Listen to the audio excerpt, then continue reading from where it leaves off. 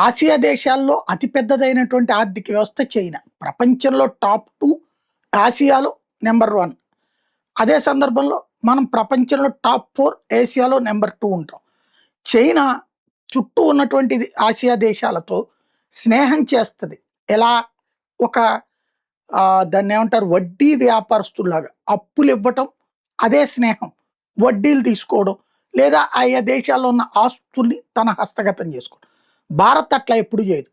ఆయా దేశాల్లో ఉన్నటువంటి ఒప్పందాలలో భాగంగా లాక్కోదు. టెండర్లలో పార్టిసిపేట్ చేసి మన సంస్థలు తీసుకుంటే కానీ ప్రభుత్వం లాక్కోదు. పైగా ప్రభుత్వం వాళ్ళకి రోడ్లు వేయడానికో, మంచినీళ్ళకో ఏదో ఒక సహాయం చేస్తూ ఉంటుంది ఇండియా. అన్ని దేశాలకి, అటు బంగ్లాదేశ్కైనా, భూటాన్కైనా, నేపాల్కైనా, ఆఫ్ఘనిస్తాన్కైనా, అందరికి ఎక్సెప్ట్ పాకిస్తాన్. చైనా కూడా మనం చేయక్కర్లేదు.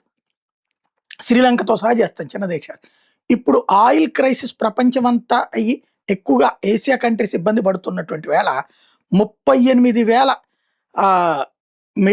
మెట్రిక్ టన్నుల పెట్రోలియం శ్రీలంకకి, 22,000 మెట్రిక్ టన్నులు వచ్చాడు బంగ్లాదేశ్కి, అలాగే నేపాల్కి ఎనర్జీ ఫ్లో, నేపాల్ భూటాన్లకు కూడా కావాల్సినటువంటిది పంపిస్తున్నామన్నటువంటిది విదేశాంగ శాఖ ప్రకటించింది.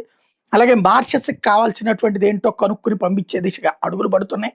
అలాగే సియాచెల్స్, మాల్దీవ్స్కి కూడా రివ్యూ చేస్తున్నాం అన్నటువంటిది. అంటే సాయం చెయ్యడంలో మనం ఎక్కడా తగ్గం అన్నటువంటి విషయం మరోసారి తేల్చి చెప్పినట్టే.